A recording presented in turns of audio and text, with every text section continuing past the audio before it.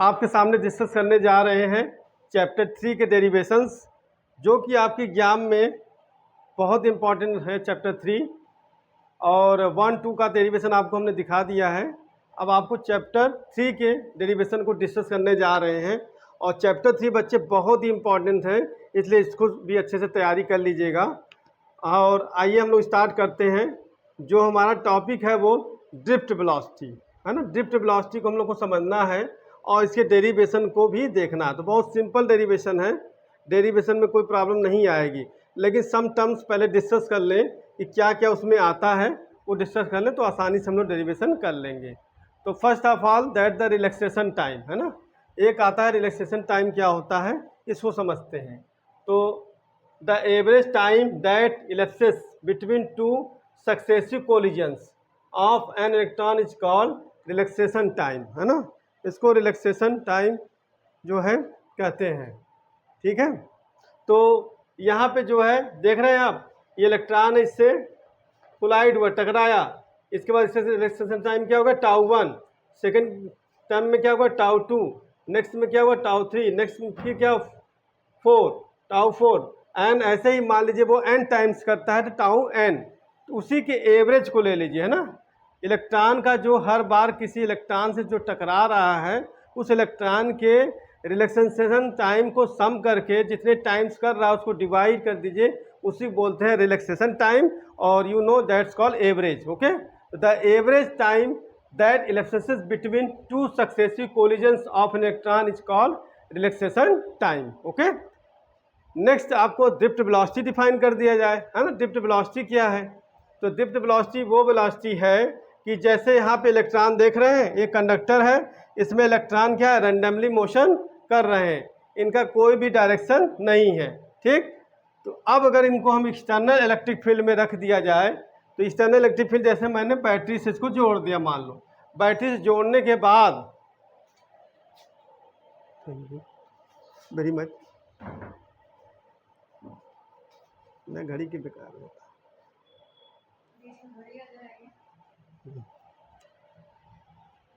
तो जोड़ने के बाद है ना, इसमें हमने बैटरी जब जोड़ा तो ये जो इलेक्ट्रॉन रैंडमली मोशन कर रहे थे वो फील्ड के क्या अपोजिट डायरेक्शन में, एक ही डायरेक्शन में आ जाएंगे, ठीक। जब एक ही डायरेक्शन में आ जाएंगे, उस वेलोसिटी के एवरेज को हम बोलते हैं ड्रिफ्ट वेलोसिटी है ना। The average velocity gained by the free electrons of a conductor in the opposite direction of externally applied electric field है ना, तो वो क्या होगा, ड्रिफ्ट वेलोसिटी कहलाता है, ठीक है। सिंपल से लैंग्वेज में भाषा में समझिए कि कंडक्टर में इलेक्ट्रॉन्स रैंडमली मोशन करते हैं, अगर आपने किसी सोर्स से जोड़ दिया, दैट मीन बैटरी या सेल से, तो क्या होगा, वो फील्ड क्रिएट करेगा। उस फील्ड के अपोजिट डायरेक्शन में सारे इलेक्ट्रॉन्स मूव करने लगेंगे वेलोसिटी से, डिफरेंट वेलोसिटी से, उसका सम करके जो एवरेज लेंगे वो कहलाएगा आपका ड्रिफ्ट वेलोसिटी, ठीक है। तो ड्रिफ्ट वेलोसिटी का फार्मूला क्या होता है बच्चों, Vd is equal to minus E, minus किस लिए आया, इलेक्ट्रॉन के लिए, क्योंकि इलेक्ट्रॉन पे जो चार्ज होता है वो माइनस ई होता है। फिर ये कैपिटल ई इलेक्ट्रिक फील्ड हो गया, टाउ क्या हो गया, रिलैक्सेशन टाइम, टाउ क्या हो गया, रिलैक्सेशन टाइम, और एम क्या है, मास ऑफ इलेक्ट्रॉन। तो इसको हम लोग डेरिवेशन के लिए चलते हैं आगे। तो हम मान लेते हैं कि एक कंडक्टर है जिसमें इलेक्ट्रॉन रैंडमली मोशन कर रहे हैं, ठीक, और रैंडमली मोशन कर रहे हैं, कुछ मतलब कुछ डायरेक्शन और कुछ उसके अपोजिट डायरेक्शन में, तो मिला करके एवरेज क्या हो जाएगा, 0 हो जाएगा। तो वही यहाँ पे दिखाया गया है कि consider a conductor, conductor means बेटा मेटल होता है, मेटल में देखा जाएगा नंबर ऑफ n इलेक्ट्रॉन्स है, वो आपका क्या है, डिफरेंट वेलोसिटी से मूव कर रहे हैं।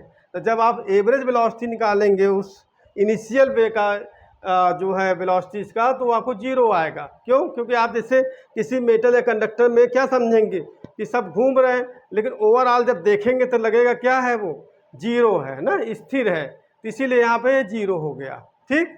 अब क्या करेंगे हम लोग, फील्ड अप्लाई करेंगे, और फील्ड अप्लाई करने से चार्ज क्या होंगे, एक्सेलरेट होंगे, या एक्सेलरेशन डेवलप होगा। तो हम लोग इसका एक्सेलरेशन निकाल लेते हैं, ठीक। एक्सेलरेशन निकालने के लिए हमारे पास 2 फोर्स है, एक इलेक्ट्रो फोर्स आप जानते हैं, जो आपके पास फार्मूला होता है क्या, E is equal to F upon Q, F is equal to Q E है ना, क्यू की जगह रख देना माइनस ई, ये हो गया।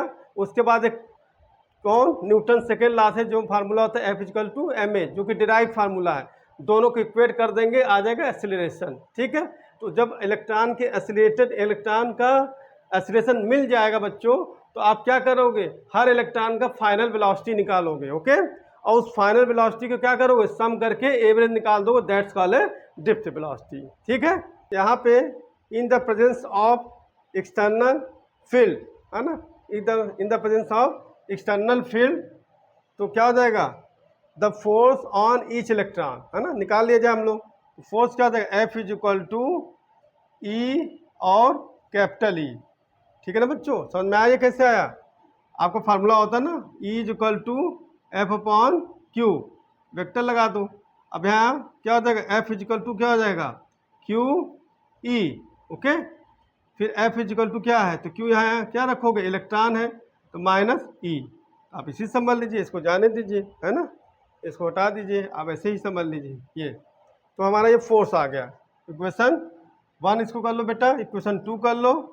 अब फ्रॉम न्यूटन सेकेंड लॉ, है ना, फ्रॉम न्यूटन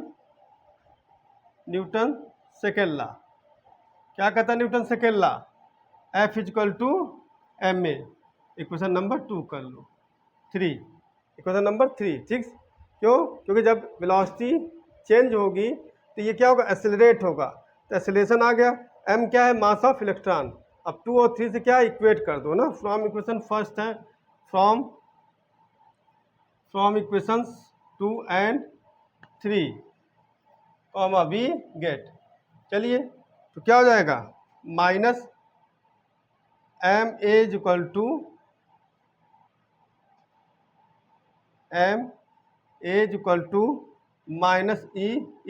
ओके, A= क्या हो गया, -E/m आ गया। ठीक, इसको भी मान लो 4।